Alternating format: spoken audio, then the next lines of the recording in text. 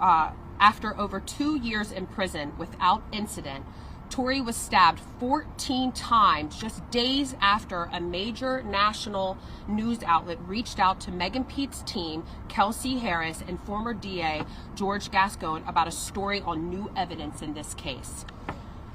You don't have to believe in conspiracies to see the pattern. When evidence was about to come to light, Tory was nearly killed. Cool. What's going on there, bro?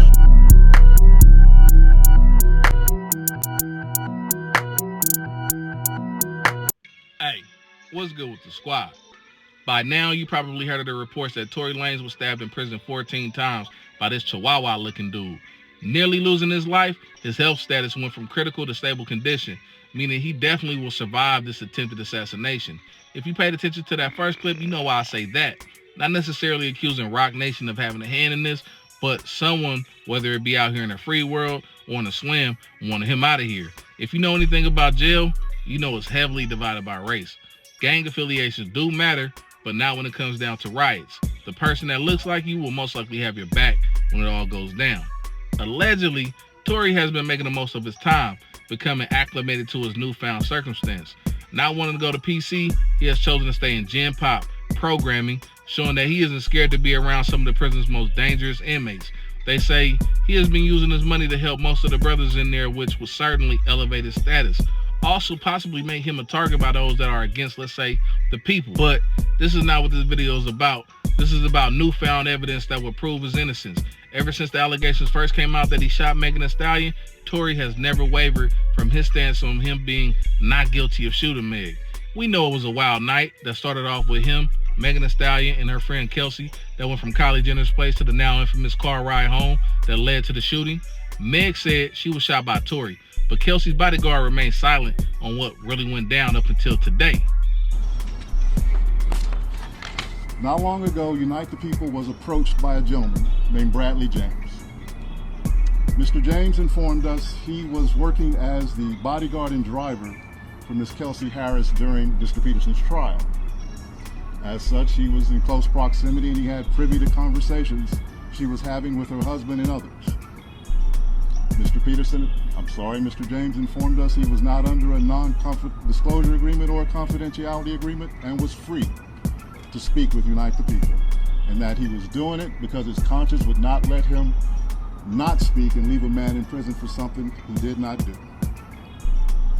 Mr. James informed Unite the People that he was witness to the conversation Ms. Harris had where she stated she had the gun, she fired it 3 times, Mr. Peterson grabbed her arm and knocked it down, and the gun fired 2 more times.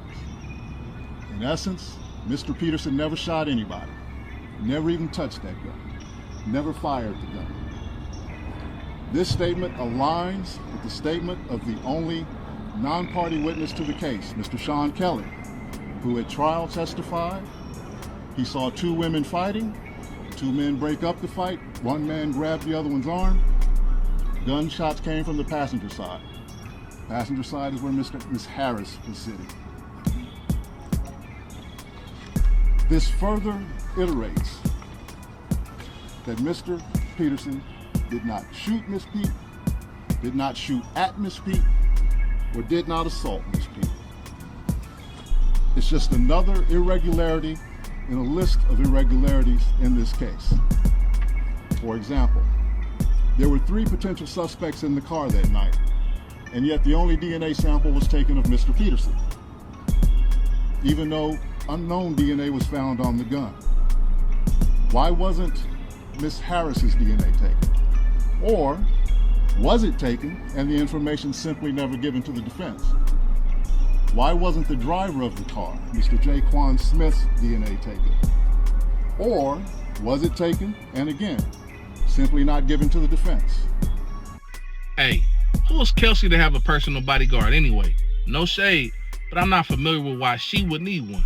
I understand Meg or Tory, but why her? I digress. This is a statement that would have kept Tory out of jail if he would have kept it solid when allegations went down. If Kelsey would have kept it solid, Tory wouldn't have done more time than the night he was arrested. The whole situation is shady. You mean to tell me after MegtheStallion did all of this? I'm in the front seat. This nigga in the back seat. I get out the car. I'm done arguing. I don't want to argue no more. I get out. I'm walking away. This nigga from out the back seat of the car starts shooting me. From out the back seat of the car. From out the back seat of the car. Tell people I didn't shoot you. I was like, Kelsey, I don't want to talk about this on social media at all. But now you won't even get online and defend yourself. So that really just proves my points. Either you took some money or your life is in danger. Like, why won't you get online and say, bitch, because this is what y'all care about. Y'all care about online. Because the case, if you say you didn't shoot me, why won't you get on the stand and say I didn't shoot this bitch? You say it online every day. You figure out how to get your niggas to say you didn't do it. You figure out how to get the blogs to say you didn't do it. But the one motherfucker it would have mattered from was you. You should have said, I didn't do it. Kelsey did it. If she did it, why wouldn't you just say she did it? Kelsey, if you did not do it, why won't you just say, I did not do it? I know who shot me. I said who shot me, and that's why the fuck you in jail. Y'all motherfuckers are dragging it online like it's some new evidence. There's no new evidence.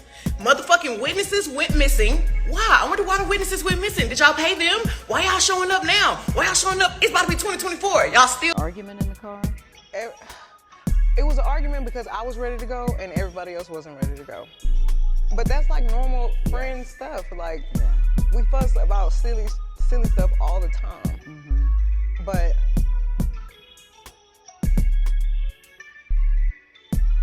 I never put my hands on anybody. I never raised my voice too loud. Like, this was one of them times where it was like, it shouldn't have got this crazy. It shouldn't have escalated. Right. That it did. So I get out the car and it's like everything happens so fast. And all I hear is this man screaming. He said, dance, bitch. And he started shooting. And I'm just like, oh my God. Like, he shot a couple of times.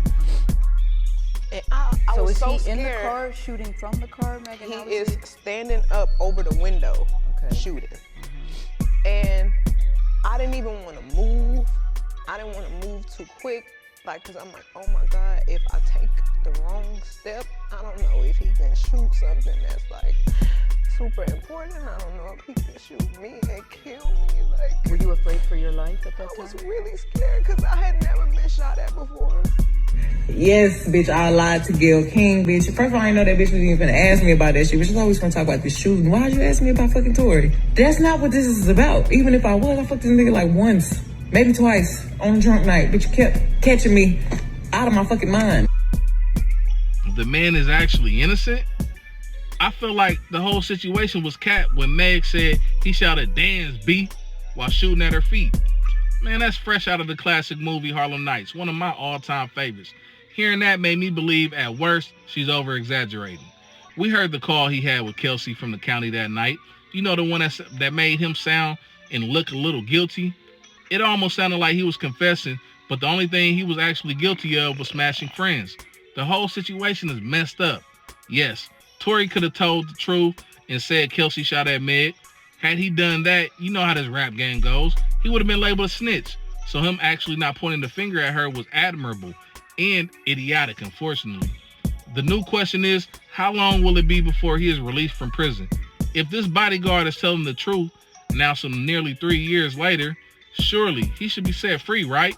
I mean, his prints wasn't really on the gun. Let me know what y'all think. Should Tory's conviction be overturned immediately? Do you think Kelsey should be arrested since allegedly she is the actual shooter?